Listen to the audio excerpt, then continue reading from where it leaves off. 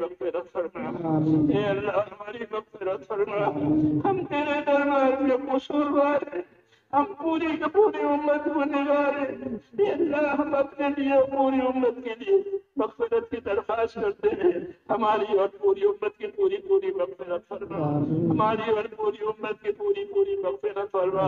امت کی مغفرت فرما، اے اللہ امت کی صلاحیتوں کو دین پر لگا دے، اے اللہ امت کی صلاحیتوں کو دین پر لگا دے، امت کی صلاحیتوں کو برباد ہونے سے بچا دے،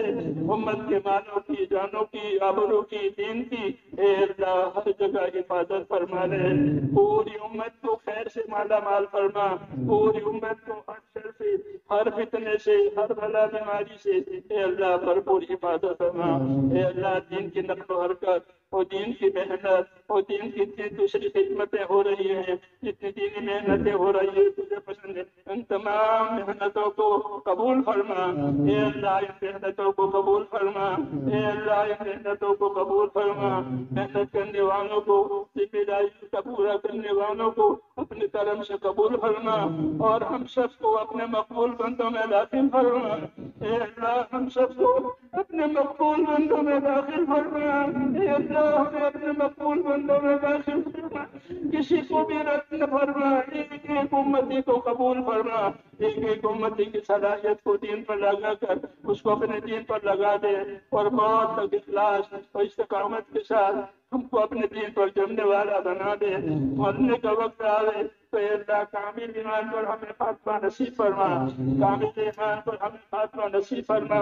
موت اور ماں باپ موت میں برکت مقدر فرما، موت کے بعد کی ہلاکتوں سے حفاظت فرما، موت کے بعد آنے والی ابدی نعمتوں سے یا اللہ ہمیشہ ہمیشہ کے لیے مالا مال فرما،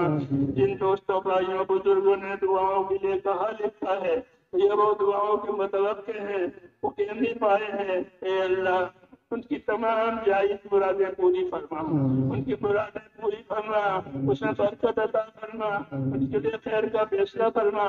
جو بیمار ہیں انہیں صحت عطا فرما، اے اللہ بیماروں کو صحت عطا فرما، پریشان والوں کے پریشانیوں کو دور فرما، قرض داروں کو قرضوں میں سے نجات دے، حلال پاک روزیوں کے دروازے امت پر کھول دے، حرام کے رزق سے امت کی حفاظت فرما،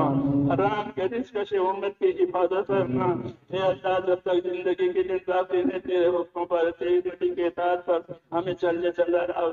والا بنا دے، بننے کا وقت آئے تو ایمان پر خاتمہ نصیب فرما، جناب رسول اللہ صلی اللہ علیہ وسلم نے بھلائی کے راستے کی جتنی چیزیں مانگی ہیں ہم بھی مانگتے ہیں، ہمیں عطا فرما دے، اور جن جن شرور سے آپ نے بنا چاہیے ان تمام شرور سے ہمیں بھی اپنے پناہ میں لے لے، اس اجتماع کو قبول فرما، اس اجتماع کو قبول فرما، آنے جانے والوں کو، کہنے سننے والوں کو، محنت کرنے والوں کو، خدمت کرنے والوں کو ایک ایک کو اپنے کرم سے قبول فرما کر اپنے مقبول بندوں میں ہم سب کو داخل فرما دے، ہمارا انجام بہتر سے بہتر بنا دے، ربنا احسن عاقبتنا فی الامور کلها واجرنا من خزي الدنيا وعذاب الاخره، وصلى الله تعالى على خير خلقه محمد وعلى اله وصحبه اجمعين.